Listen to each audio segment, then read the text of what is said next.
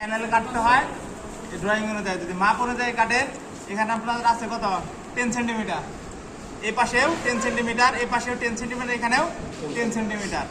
তাহলে আমাদের চারটা একই সমান কাটলেই চলে।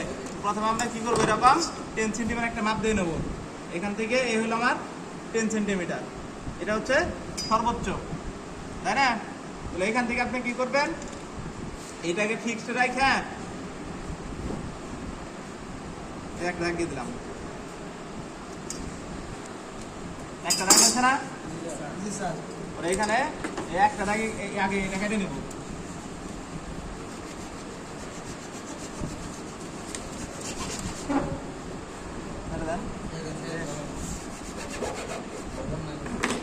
এদিকে একটা হয়েছে না? এখন এইটা সেম এদিকে করে আটটা হয়ে গেল।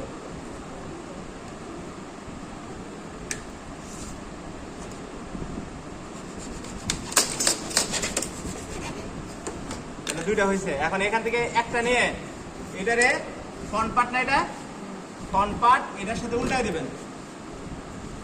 আমার এটা একটা ফ্রন্ট পার্ট, এটা একটা ফ্রন্ট পার্ট, এই দেখেন দুইটা ফ্রন্ট পার্ট পাশাপাশি উল্টাই দিচ্ছি। উল্টাই দেওয়ার পরে যে অ্যাঙ্গেলটা হয়েছে এটার একটা মার্ক করেন, মার্ক করে ট্রাই স্কোয়ার দিয়ে অ্যাঙ্গেলটা কাটেন।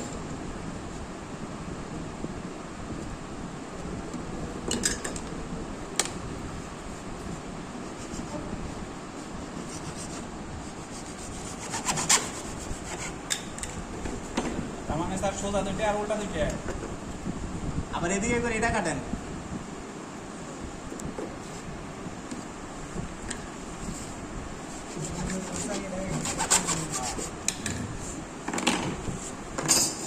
যখন এই কাটাগুলো হলো, দেখেন আমার এদিকে